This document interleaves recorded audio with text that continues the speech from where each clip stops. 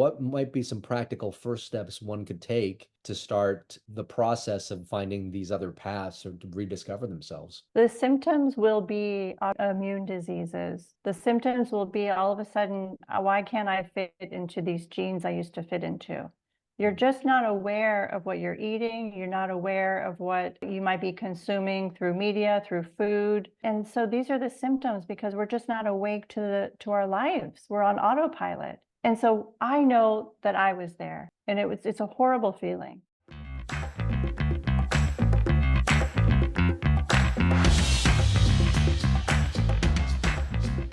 Hello and welcome back to another episode of the Thrive State Podcast. I'm your host, Dr. V, triple board certified MD and performance and longevity expert.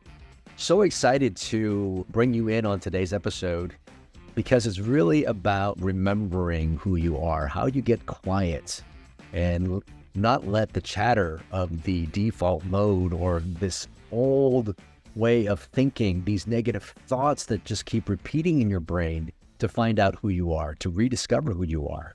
And in that space, recognize how beautiful life is. Can't wait for you to listen in on this podcast to discover that. But if you are new to the podcast, welcome in. This is a place where we bring in thought leaders and experts in wellness, emotional health, longevity, peak performance, relationships, business, how we bring this all together, how we tap into the best versions of us, how we bring in that energy, that thrive state. Hence the Thrive State Podcast. So welcome in. If you are a returning listener, thank you so much for being a loyal listener. If this podcast has helped you at all, please do us a favor. Hit the subscribe button. Please engage with the comments below. It will really help the show grow so we can bring more guests in that are thought leaders and experts in their field so that they can bring us the wisdom for us to be able to elevate our life. Now, beginning this month, we are launching our Thrive State community and all the digital resources we have. So to find out more about the community, more about all the courses that we have, go to mindthrivestate.com. You'll learn about the Activator.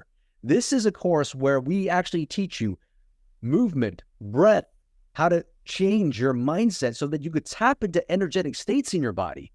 The energetic states in your body is actually how you filter the world. If you're in a low energetic state, think about trying to be creative or trying to come up with a good idea. That's going to be very, very tough.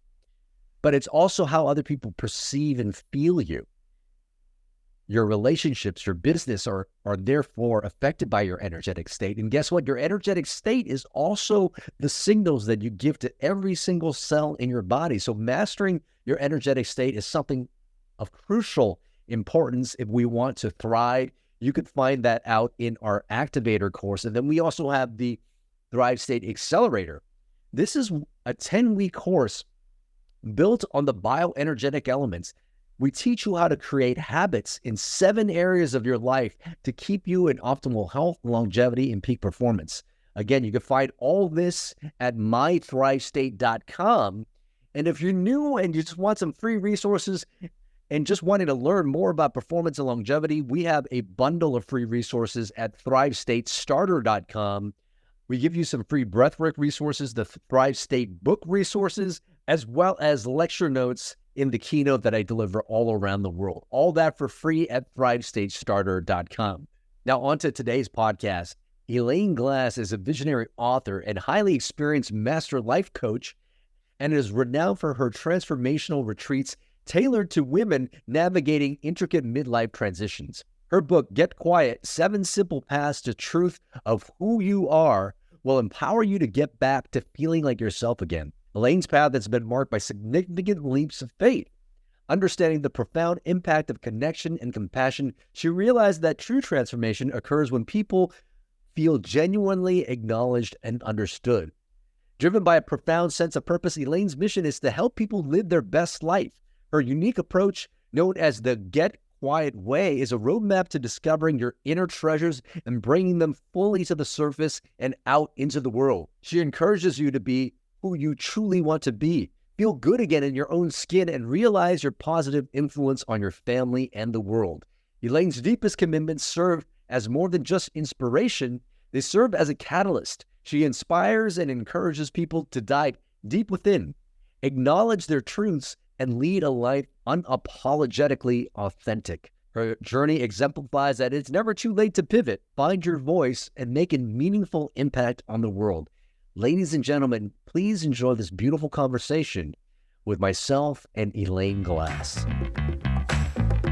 Elaine Glass, welcome to the Thrive State podcast. Thank you so much, Kien. This is awesome to be with you here today. I can't wait for this audience to get to know your beautiful soul and your wisdom. But before we step into any of that, we have a game show that the people are familiar with called the 5 to Thrive. 5 quick questions to get to know Elaine Glass better. And you may or may not know this, but the winner of the 5 to Thrive actually gets a healthy meal on me if they win. Now, people may not know, but your partner is Michael Fishman. He throws a very beautiful summit every year, bringing together leaders in the health space called Consumer Health Summit. And I have to say that the food at Consumer Health Summit is always impeccable, always the best, always, right on to get everybody's energy going. And so the meal that I will treat you if you win the 5 to Thrive will hopefully be of that caliber. So are you ready, Elaine Glass, to play the 5 to Thrive? I am ready. Question number 1 is morning magic. What's the first thing you do in the morning that sets the tone for a positive day? Oh, if I haven't slept my 7 hours, I will definitely lie there and make myself just rest another 25 more minutes. Extra rest. I love that. 1,000 points there. Question number 2 for another 1,000 is a guilty pleasure. Share one guilty pleasure that always brings a smile to your face, no matter how tough the day.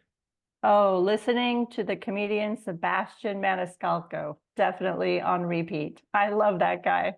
I love that guy too. And you know what? The movie that he just came out with Robert De Niro, it actually made me tear up because every time there's a movie scene with the father and son connecting, it really kind of bring a tear to my eye. 1,000 points there. Question number 3 is if you could listen to one album for the rest of your life on a deserted island, what would that be? Definitely the Foo Fighters, Wasting Light. Oh, wow. Okay. Never knew you to be a fighter fan. 3,000 points thus far. Question number 4. What is one talent or skill that you have that might surprise people? Telepathic healing. Wow. Okay. So that's going into the podcast. We're going to want to learn more about that. And lastly, if you could have dinner with any one historical figure, who would it be and why? Leonardo da Vinci or Vincent van Gogh, any of those amazing artists and innovators, because I would want to ask them, how do they create? What is their process? Oh, so beautiful. Thank you for that. 5,000 points. You win the 5 to Thrive. Yes. Which means a healthy meal on me the next time we connect. And being that we're running in circles, actually, both of us are in the Biohack Yourself docuseries coming out on Amazon Prime, I believe, in December of 2024. So people look out for that. If you haven't followed already, follow the Biohack Yourself Instagram handle and find out more about when this amazing series is going to launch. Now, I know in that documentary, people, they really hand select people that are really the thought leaders in the health, longevity, mental health space. And, choosing you is something that I think, is a true honor.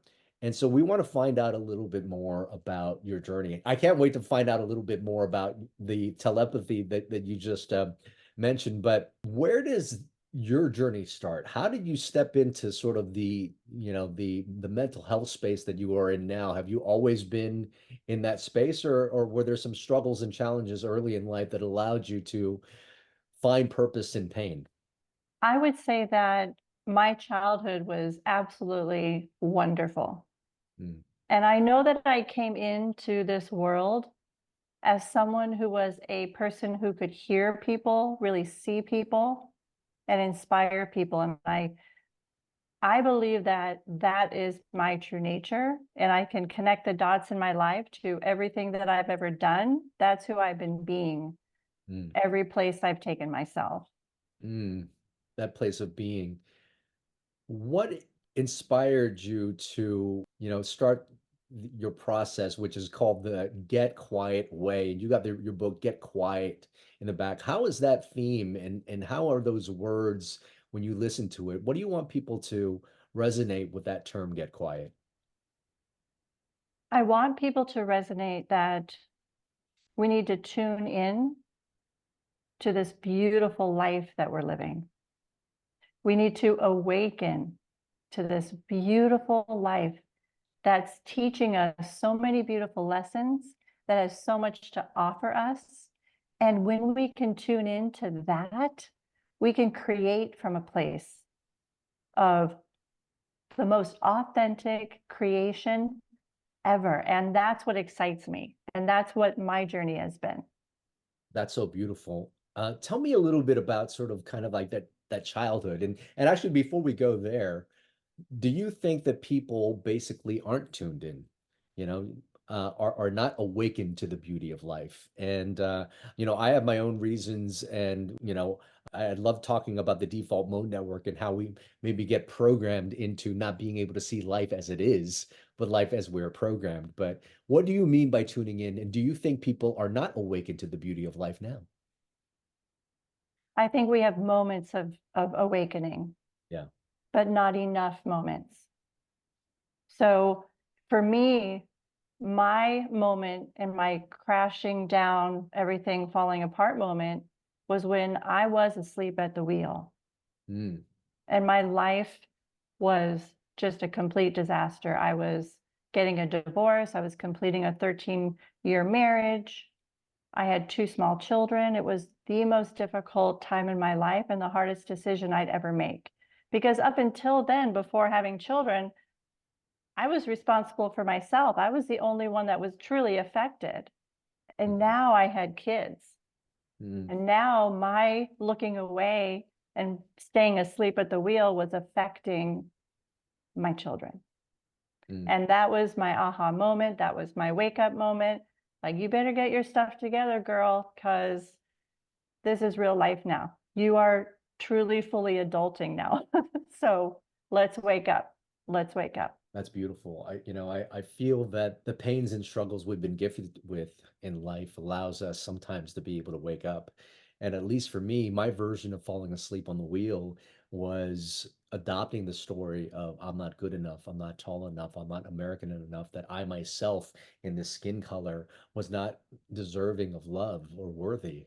And so I spent my entire life seeking success, seeking things outside of myself that I could wear as a badge of armor to prove to myself and the world that I was. But the more chasing I did of this was something that I never really was able to embody myself, because I always used that external thing as the thing that I needed in order to fill that thing inside. And so for me, falling asleep at the wheel meant late night hours, always trying to crush it, climbing the ranks at the hospital and becoming, valedictorian, the best in my schools and things like that. And then therefore 8 years ago, living a life, making those unconscious choices, falling asleep in the wheel, didn't only cost me my relationships, but it costed me my health. I was overweight, diabetic, had high blood pressure, on prescription medications. And yes, I reversed that by being able to wake up. But can you share maybe what falling asleep on the wheel looks like for you? Because I'm pretty sure as a woman, there are probably different things and programs and societal conditioning that allowed you to potentially fall asleep in that wheel to that programming. What did that look like for you? Well, it was me being treated poorly in my relationships, not being valued or honored, Mm. not being truly seen and really heard. I felt like a second-class citizen in my own marital home, Yeah.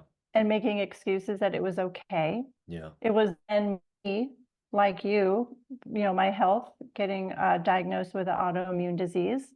So it started affecting my health, and that's what stress does. Waking up worried about my life, about this one precious life, and all of this was crashing down. I was only in my mid-30s. And was this the life that I was set to live for the rest of my life? I mean, it was just daunting. It was daunting to me. And for women, we tend to look away and make excuses and betray ourselves in this way. I know that I had betrayed myself and I had lost my voice. And so it showed up in my thyroid. I had lost my voice. That's such a essential realization. I know for me in my childhood, it was, you know, I'm yes, I had parents that loved me so much, but I never felt that being me was okay, that my authentic voice and how I wanted to show up or how I wanted to express myself was okay. And so I was constantly taught to be someone I was not, to desire things that weren't intrinsically what I desired, to have a personality that was not intrinsically what I thought I could express myself as. And so I constantly felt like I was wearing a mask, growing up. Did you find that your early childhood experiences didn't allow you to be your authentic self as well? I actually felt like I was my true authentic self when I was a kid. So I remember being on the playground at 7 years old, and I remember a friend coming up to me, running to me in tears, having so much to talk about. And I sat there. I don't remember who I was being at the time or what I said at 7. All I know, Kien, was that she left happy. And it was the first time I was like, oh, wow, I just did something here that created that outcome. And same thing, when I was a teenager, I volunteered at a hospital. I had the same responses with patients. They felt safe, they felt nurtured, they felt calm. So I've been taking this beingness, then I took it into my dental hygiene career and sat with over 40,000 patients, and I was dubbed the dental whisperer. I still didn't really know why I got that title. And I was still being that same person, that same authentic person. But something happened during the shift between that career and then leaping into coaching. And it happened to be around the time of my divorce. I had lost the sense of that beingness that I knew I was as a child because of the pain, because of the worry, because of the stress. Yeah. I lost it. So I did have it in a young age, but then I lost it and had to find it again. I feel so many people. We just wrapped up a mental health summit, and so much of, I think, mental health these days is not being able to be who you are, who you authentically are in that being. And trying to lose and remember that. What was that path back for you? What were some of the things that you did, read, listened to, or what were those initial first steps that allowed you to gain momentum into remembering who you are? I had to get quiet. I had to find a quiet environment to be able to tune in and tune out, tune into myself and tune out of the world's distractions, everybody's opinions of what to do and how to do it. I had to find that voice again, what I call my soul's voice.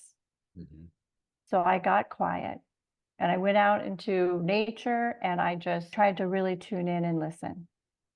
That was the very first thing I did. And the minute I did that, the first day going out into this retreat center and just hearing the birds chirping and the gravel crunching under my feet and all of the senses I had lost in the years prior, in that moment, I heard something so clear.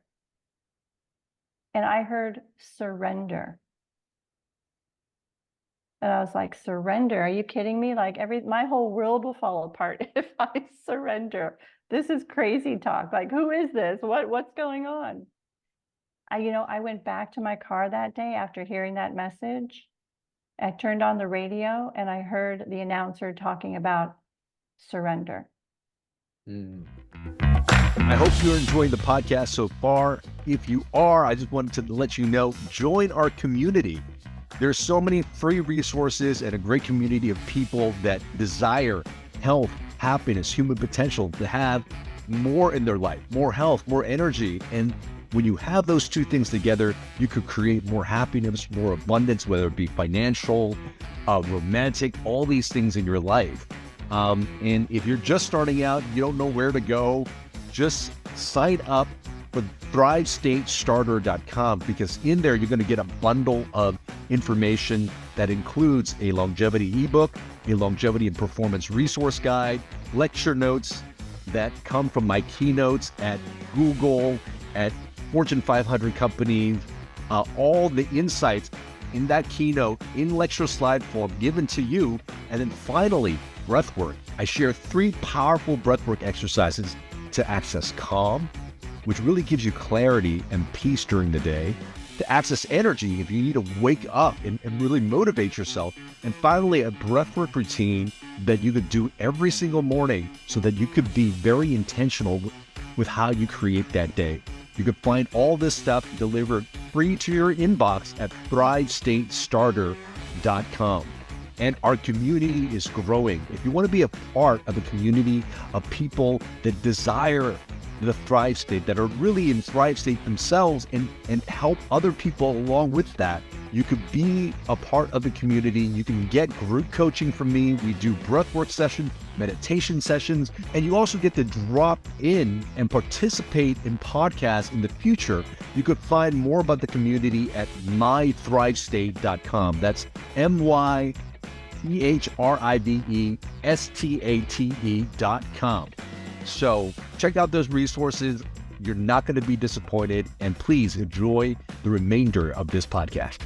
Every time I go back into this quiet state, out in nature, walking, a lot of people think this tuning in is about sitting in this isolated environment with, in a dark room, cross-legged. For me, that's not what it is. It's a very active quiet. Either walking, just becoming aware and self-realized of your environment, of your presence. Who are you being? What are the words you're saying? So I went back into this quiet, which happened to be at a retreat center around a labyrinth. I would walk this labyrinth every day, trying to find these answers. The second time I went, the first time it kind of freaked me out. So I didn't go back to this labyrinth for like another month, because I was like, something's happening over there. I'm about to wake up and I'm not sure if I'm ready for this. But I went back that second time and I started humming the Michael Jackson song. You are not alone. I am here with you. I was like, you are not alone. I'm here with you. So I went back to my car, and guess what song was playing on the radio when I turned it on? Michael Jackson. This is what happens when you tune in to the energy and the life force that is guiding you. And I began to say, okay, there's something happening here. I have all the answers within, but I'm going on a journey now to find out where that within is. Because everyone says the answers are within. Well, where is that within? So I wrote the book because I wrote Get Quiet because I wanted to know where that within was. And if we have all the answers there, then what are the questions I need to ask myself to get those answers for myself? And once I started to do that, my whole entire life changed for the better, for my children. Beautiful. The book is sitting right behind you. It's Get Quiet. And if people can't read, or if people are listening to this, the subtitle is 7 Simple Paths to the Truth of Who You Are. Can you maybe share maybe what some of those paths are for people, so that, potentially they can start down one of these paths to be able to get quiet? The very first path is the nurturing of your body. That's the very first path. I remember sitting in just such grief and loss as a young single mother.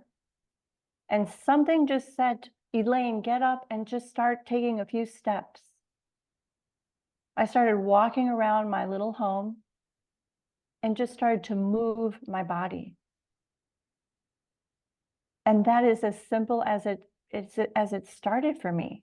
And now looking back, I see that I had to tune into my body.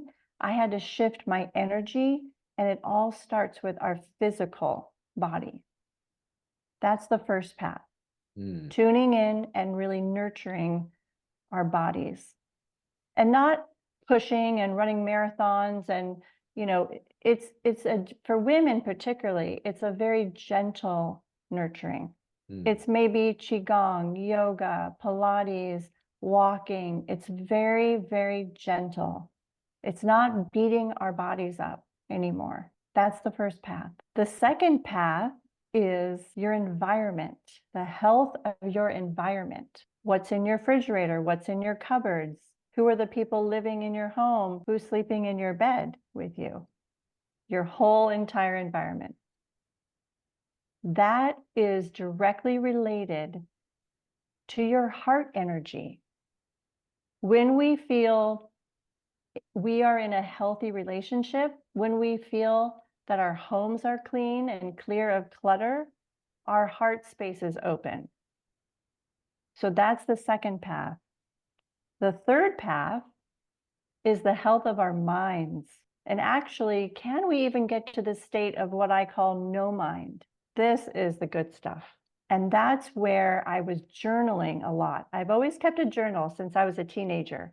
But now when I got on this path of my mind and my mindset, that's when the journaling just upped big time, because I had to get all that stuff out of my head and out of me onto paper.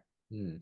And that helps with your mindset, and your mindset obviously is connected to your body, and it's all connected. It's all one, mind, body, and soul, for mind, body, and soul health. And of course, there are 4 other paths, but those are the 3 first paths to focus on when you're wanting to get to that center of you and to get all those answers that are just meant for you. That's, you make it so simple. And as you mentioned, journaling, these things are paths, but they're also practices that you have to, do to maintain the path and to access yourself. You mentioned journaling being one of them. Are there particular practices you find, and you mentioned earlier today, if you didn't get any sleep, it's really honoring yourself, giving yourself those sort of extra minutes in the morning.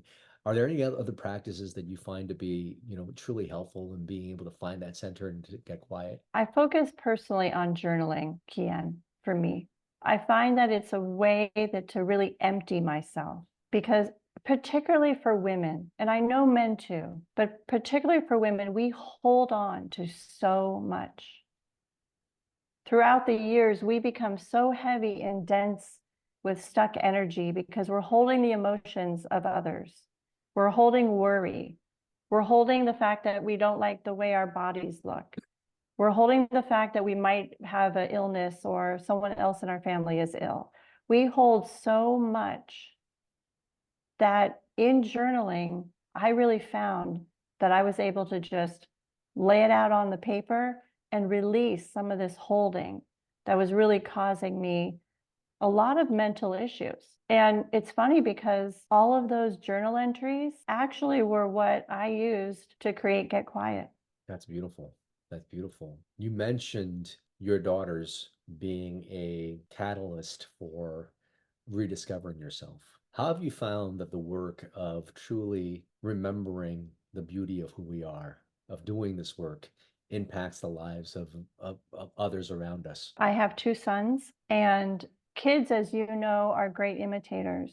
So we need to show them something great to imitate. Mm. And the impact this has had on my children, my ability to move through loss and grief and be an example and something for them to imitate, has been, I feel, my greatest success, is to have raised now young men in their 20s who know about resilience, about overcoming and moving through loss and grief.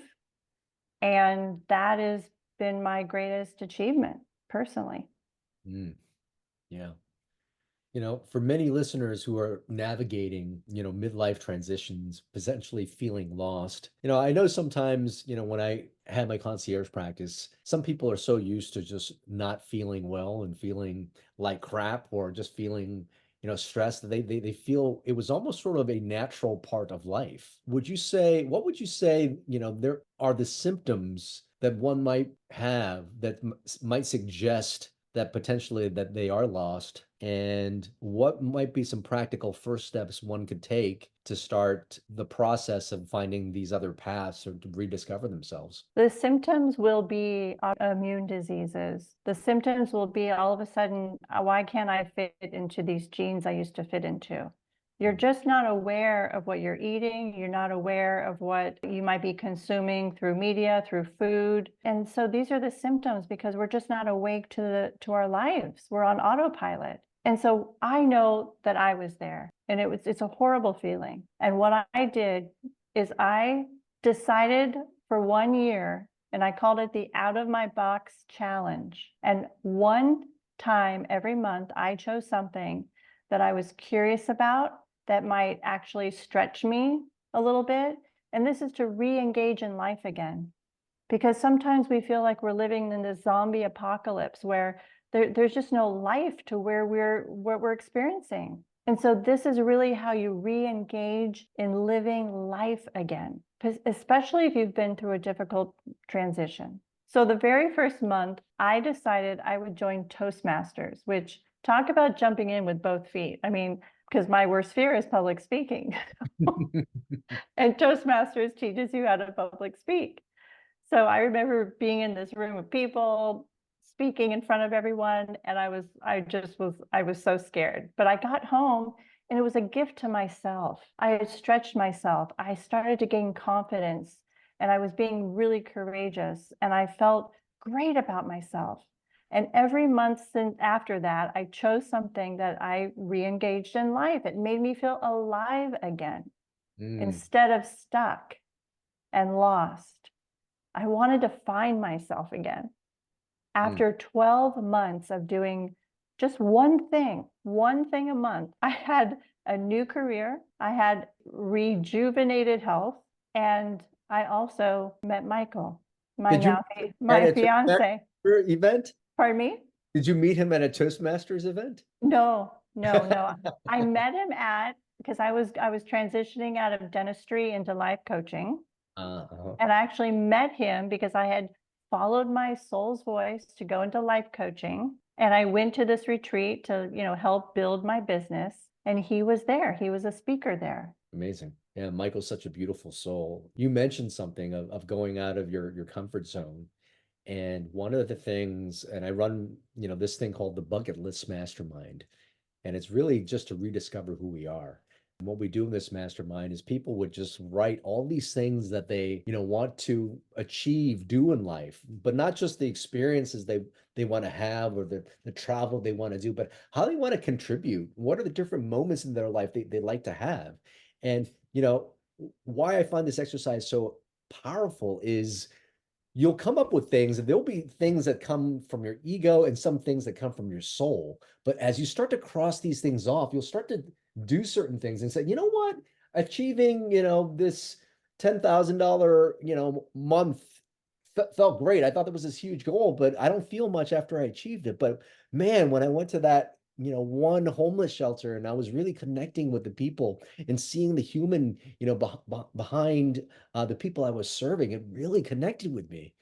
It's in doing those things that you start to know what is not you and what really is you and what is really fueling your soul. And then when you mention that thing about feeling alive, I can't stress that enough. That's part of the work I do in the performance and longevity space. But the thing that makes you feel alive is almost unique to you as your DNA. And when you do that, when you step into that feeling of aliveness, you turn on that energy of aliveness is actually frequencies you send to every strand of DNA in your body, and it preserves your telomeres. And that's actually activates the biology of human performance and longevity. So I'm so glad you mentioned that. Elaine, if there was something, we're going to wrap up pretty soon, but if there was something that you wanted to leave, that you can go up to the mountaintop and just be able to profess, your one thing you want the world to know, what would that be? Wake up to this beautiful life. Trust the unseen. It is a part of our lives that we don't connect to enough. Trust the unseen. You have a spirit team. You have all the life force in the universe. helping you, guiding you. Get quiet and connect to the unseen. Connect to your soul's voice. It's there. It's a loving presence, and it's there to support you. I resonate with that. Thank you so much, Elaine. Now, before I ask you my very last question, where do people find out more about you and the beautiful work that you do? They can find me at elaineglass.net or getquiet.com. So beautiful. Now, Elaine, I asked this of all my guests at the very end, and the answers could be physical, it could be esoteric, it could be in the metaphysical. But of everything that you've gone through in life, what has been your best medicine? Having faith in God. Beautiful, beautiful. Yeah, for God is good. And this life that we get to have, this air we get to breathe is so magical. And within every moment is a gift of growth and learning. Elaine Glass, I appreciate you so much for the work that you continue to do. The yes you continue to say to yourself, because as you grow, you've given us so many gifts in your wisdom. So I acknowledge you for your work, and thank you so much for sharing your wisdom here on the Thrive State podcast.